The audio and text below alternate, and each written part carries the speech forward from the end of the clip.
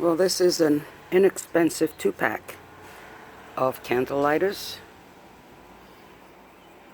These ones work differently. You push up on the button and those are the two things that ignite coming out. So when you release it, they're down again. So you turn it on at the bottom. Charge it first when you get it. It does come with USB-C cables, short ones, not power plugs. So push out and there you go. And you can blow on this. So they're windproof. Whoops, didn't show it. Let's try that again. If I can blow on it and record it at the same time. So let's keep that in the picture.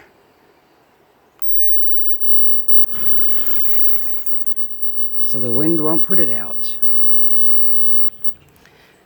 And as long as it's switched on, this goes out, let's see. It's on for, focus, there we go. Okay, 7 seconds, 8 seconds. And as long as this is on at the bottom, you can do it again. So, I mean, perfect for lighting candles. I can see what I'm doing here. Perfect for lighting candles.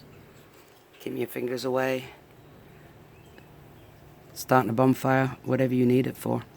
Lighting cigarettes. And as I said, it comes as a 2-pack. Let me turn this off. Pink and blue. They are identical except for color.